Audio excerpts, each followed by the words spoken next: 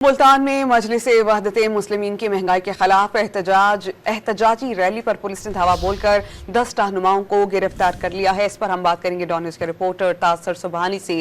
तासुर, बताइएगा आप इस वक्त क्या मनाजिर है वहां पर और क्या सिचुएशन अंडर कंट्रोल है?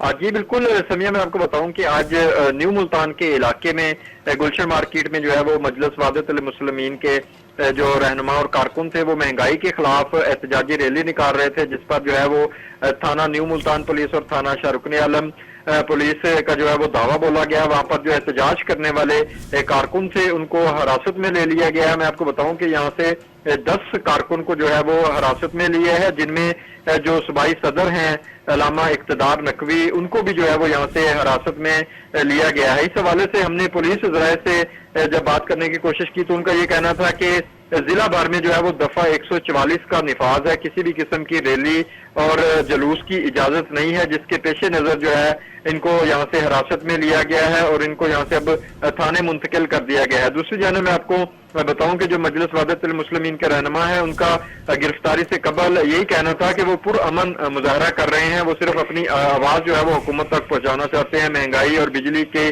ताई हुए लोग हैं, लेकिन इसके बावजूद जो है वो पुलिस उन्हें यहाँ से गिरफ्तार करके ले गई है। दूसरी जानब मैं आपको बताऊं कि मुल्तान के अहम चौक चौराहे वहां पर इस वक्त भी पुलिस की भारी नफरी जो है वो तैनात है और किसी किस्म की एहतजाज या रैली निकालने की इजाजत दफा 144 के तहत जो है वो बिल्कुल उसकी इजाजत नहीं दी गई।